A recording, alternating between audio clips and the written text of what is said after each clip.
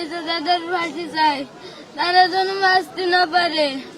আল্লাহ, police প্রশাসন তাদের বিচার নিক। আইনাল বাহিনী এত ত্রাস সৃষ্টি করেছে যে আমাদের কেউ মারা গেলে আমরা সে জানাজারা পড়তে পারি না, কান্না করতে পারি না, তার পাশে লাশও দেখতে পারি না। আমরা এরকম ভয়াবহ সৃষ্টি করেছে এই আইনাল বাহিনী। আমরা তাদের বিচার চাই, আমার ভাইয়ের মৃত্যুর বিচার চাই, আমার চাচার মৃত্যু, আমার জামার মৃত্যুর বিচার চাই। আজকে যে মুকুল মারা গেল, তার বাপরে পিটাই মারছে, আমার বাপরে মারছিল গুলি করে, নুর ইসলাম আর কি, মোজামরাও মারছিল গুলি করে, আর কিতাবরে মারছিল পিটাই মারছিল, আর মুকুলরা তো পিটাই মারছে। আর মুকুলের বাপ আজিজ, এই 27 বছর আগের ঘটনা, তারে পিটাই মানে একদম বাজারের পর খুদা বাজারের পর পিটাই মেরে ফেলেছে জনগণের সামনে। আইনাল বাহিনী, আইনাল এই সম্পূর্ণ মৃত্যুর, আমাদের পরিবারের ধ্বংসের, যতগুলো আমাদের মানুষ মারা গেছে সব খুন তার নেতৃত্বে, এবং সে প্রকাশের নির্দেশদাতা, সে প্রকাশ্যে এইগুলো সব করাচ্ছে। সে তার ভাইপো খুনি, তার ছেলে খুনি, সবাই তারা খুনি পরিবার। আমাদের পরিবারটা একটা করে 6 জন পরিবার, আমাদের পরিবার থেকে 6 জন তারা হত্যা করে মারছে। আইনালের বাড়ি আজরাইলের দায়িত্ব দিয়েছে, 5টা ছড়া মেরেছে আমার বাড়ি, আজকে আমার বড় ভাই মেরেছে। আমি কি করতে বেঁচে আছি? আমার বেঁচে থাকার কোনো প্রশ্ন আসছে? কোনো প্রশ্ন নেই। ওই যে হাসান, রফি, বাবু, আইনাল, এরাই সব আমার বাপের মেরেছে, আমার ভাইয়ের মেরল। আর আমরা বেঁচে থেকে কি আছে? আমরা মরে যাই, হচ্ছে আমাদের মরে যাই বলো, আমাদের বেঁচে থেকে লাভ নেই। পুলিশ সব হচ্ছে আইনালের।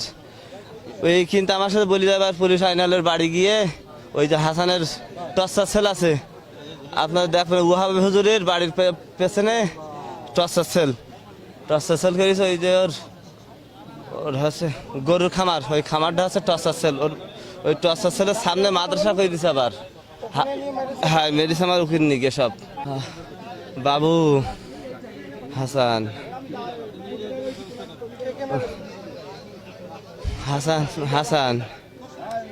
তোমার রাজু, জসিম, বাবু, এরা কিরকম নিয়ে মেরেছে আমার হুশ ছিল না, আমি জানি না আর কতদূর কিরকম নিয়ে মেরেছে।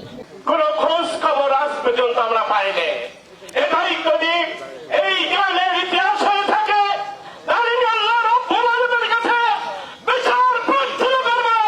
হে আল্লাহ, এই গ্রামের অত্যাচারীদের বিচার তুমি দেখিয়ে দাও। আজকে আমরা যারা জানাজায় অংশগ্রহণ করেছি, তারা যেন দেখতে পাই এই যারা খুনিদের সাথে জড়িত, যারা এই খুন করেছে, তাদের বিচার তুমি দেখে দাও।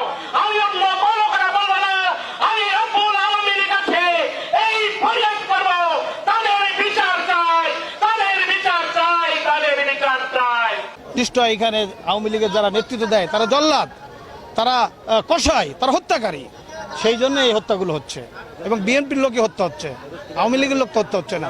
বিএনপি তো ক্ষমতায় ছিল, আমরা 92-91 সালে ক্ষমতা ছিলাম 5 বছর, আমরা 2001-এ ক্ষমতা ছিলাম, কই আমরা তো খুন করিনি, আমাদের লোকজন তো তাদের খুন করে নাই। যে একটি রাষ্ট্রে জনগণ যখন বিচারটা সৃষ্টিকর্তার কাছে চায়, তখন বুঝতে হবে যে রাষ্ট্র কাঠামোর মধ্যে তার ন্যায় বিচার পাওয়ার সুযোগ আর নেই। আমরা তো আশা করি যে আমরা ন্যায় বিচার পাবো, কিন্তু যদিও অতীতেও আমরা এভাবে আশা করেছি, আশা পূরণ হয়নি। আমি যে কথাটি বলেছি যে আমি জানি, আমি বিশ্বাস করি আইন শৃঙ্খলা বাহিনীর সদস্যরা যদি প্রভাবমুক্তভাবে, তারা যদি প্রকৃতভাবে চায় যে এই হত্যাকাণ্ডের তারা সঠিক তদন্ত করে প্রকৃত দোষীদেরকে চিহ্নিত করবে, এটি সম্ভব।